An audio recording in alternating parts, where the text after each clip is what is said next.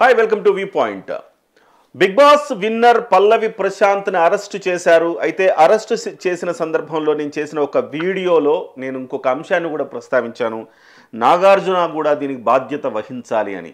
Yes, Nagarjuna కూడా దీనికి బాధ్యత వహించాలి అంటూ ప్రముఖ అడ్వకేట్ పోలిశెట్టి అరుణ్ కుమార్ గారు ఒక పిటిషన్ కూడా దాఖలు చేశారు. ఏంటి ఆయన ఉద్దేశం ఏంటి, ఏ రకమైన బాధ్యత వహించాలని ఆయన కోరుకుంటున్నారు, ఆయన మీద ఎటువంటి నేరారోపణ మీద ఆయన కేసు నమోదు చేశారన్న అంశాలు ఆయనతో మాట్లాడదాం. ప్రస్తుతం మనతో పాటుగా ఫోన్ లైన్లో అందుబాటులో ఉన్నారు అరుణ్ కుమార్ గారు. అరుణ్ కుమార్ గారు నమస్కారం అండి. నమస్తే అండి. అరుణ్ కుమార్ గారు, మీరు అంటే ఏమని పిటిషన్ వేశారు సార్ మీరు? సార్, మా టీవీ యాజమాన్యం నాగార్జున, తర్వాత స్టూడియో అన్నపూర్ణ స్టూడియో అధినేత నాగార్జున, బిగ్ బాస్ దానికి సంబంధించిన మొత్తం తతంగం అంతా నాగార్జునదే. ఓకే, చివరికి యాంకర్ కూడా నాగార్జుననే. నిజమే.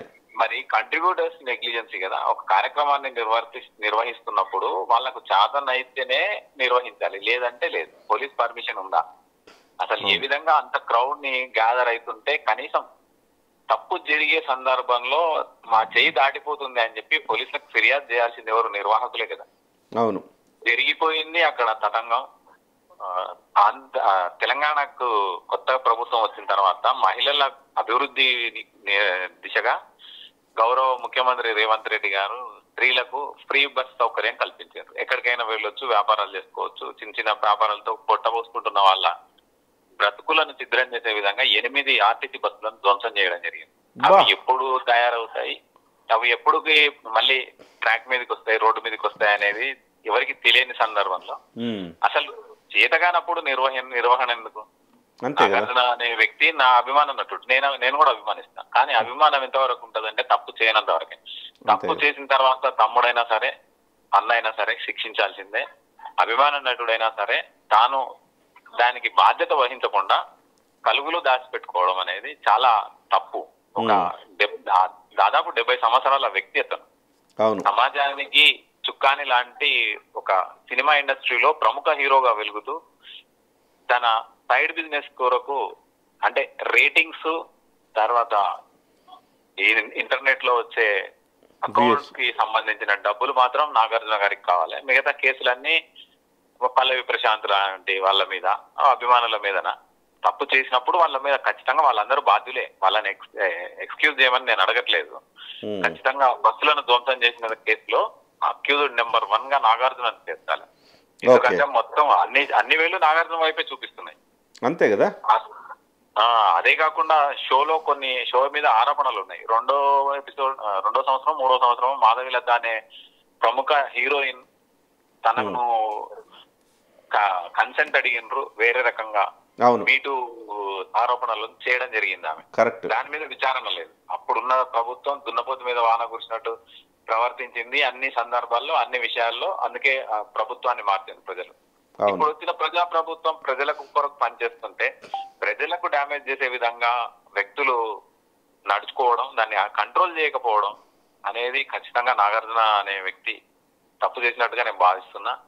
అందుకే హ్యూమన్ రైట్స్ కమిషన్ కి ఫిర్యాదు చేయడం జరిగింది. అదే విషయాన్ని గౌరవ చీఫ్ జస్టిస్ గారికి కూడా లేఖ ద్వారా పంపడం జరిగింది. గతంలో బిల్ నెంబర్ 1 ఆఫ్ 2017 లో వైజాగ్ సారోగేసీ కేసులో నేను ఒక ఫిర్యాదు చేయడం జరిగింది, లెటర్ రాయడం జరిగింది. అప్పటి చీఫ్ జస్టిస్ దాన్ని బిల్ గా స్వీకరించి చర్యలు తీసుకోవడం జరిగింది. అదే విధంగా తీసుకోవాలని నేను రిక్వెస్ట్ చేయడం జరిగింది సిజే గారిని. ఈ విషయంలో కూడా 8 బస్సులు ధ్వంసం అయితే ఎంతమంది స్త్రీలు వాళ్ళు బిజినెస్ లు దెబ్బతింటాయి. ఇంకొకటి సార్, మీరు బస్సులు ధ్వంసం అవ్వడం అనేది సరే ఆస్తి నష్టంగా భావించవచ్చు, కానీ ఇది శాంతి భద్రతల ఇష్యూ కదా. ఇప్పుడు లోపల మహిళలు ఎంత అభద్రతా భావానికి గురై ఉంటారు, ఎంత భయపడి ఉంటారు, వాళ్ళ మానసిక పరిస్థితి ఆ రోజు ఎలా ఉండొచ్చు చెప్పండి. అది దానికి ఆ పెయిన్కి కూడా పేబ్యాక్ ఉండాలి కదా సార్. ఎగ్జాక్ట్ గా ధ్వంసమైన బస్సుల్లో ఎవరు ప్రయాణం చేయరు. అర్ధాంతరంగా దిగి ఆ రోజు వాళ్ళ అర్ధరాత్రుల పూట వాళ్ళు ఎన్ని కష్టాలు పడ్డారో భగవంతుడికే తెలుసు. అంతే కదా సార్.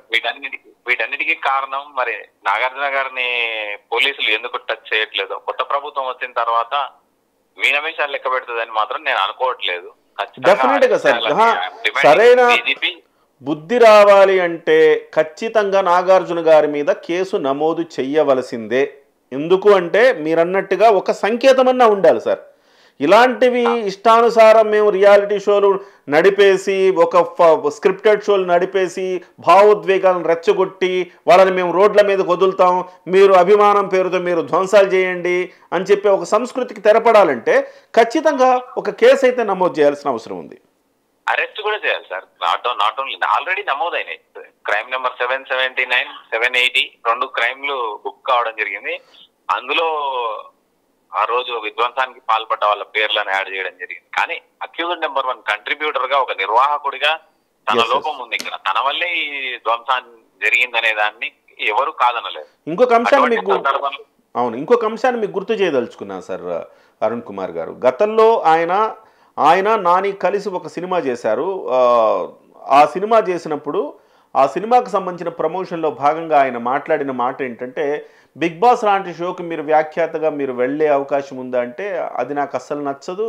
ఒక నాలుగు గోడల మధ్య జరుగుతున్న వ్యవహారాన్ని ఇట్లా పబ్లిక్గా చూపించడము నాకు అస్సలకి సుతరాము ఇష్టం లేదు, అలాంటి వాటికి నేను వ్యాఖ్యాతగా చెయ్యను అన్న నాగార్జున గారు కట్ చేస్తే మళ్ళీ దీనికి వ్యాఖ్యాతగా వచ్చి దాదాపు 5 సీజన్లుగా ఆయనే వ్యాఖ్యాతగా చేస్తా ఉన్నాడు. దీనికి తన సొంత ఛానల్లోనే ప్రమోట్ చేసుకుంటున్నారు. అది కూడా అందుకే అన్నది నేను, యూట్యూబ్ ఆదాయం తనకు, యూట్యూబ్ లో వచ్చిన కష్టాలు మిగతా వాళ్ళక, రోడ్ల మీద ప్రయాణాలు చేస్తున్న వాళ్ళక, ఆడవాళ్ళక.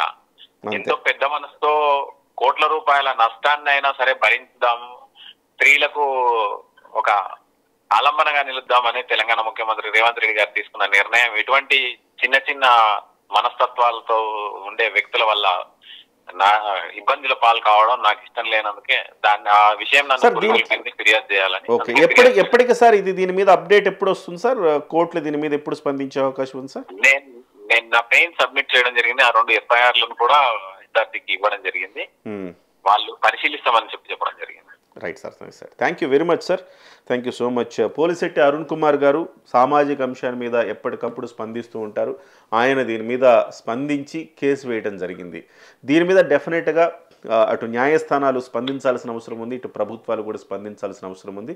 ఇంకొకసారి ఇలాంటి ఘటనలు జరగకూడదంటే ఒక సంకేతం అన్న ఒక మంచి ఒక సందేశాన్ని, ఒక సంకేతాన్ని పంపాల్సిన అవసరం కూడా ఇవాళ ఉందని నేను భావిస్తున్నాను. మరి చూద్దాం ఏం జరుగుతుందో. పోలిశెట్టి అరుణ్ కుమార్ గారి పిటిషన్లు ఎప్పుడు విచారణకు వస్తాయి, ఏ రకంగా ఉంటాయి, నాగార్జున మీద ఏమైనా చర్యలు తీసుకుంటారో లేదనేది చూడాల్సి ఉంది.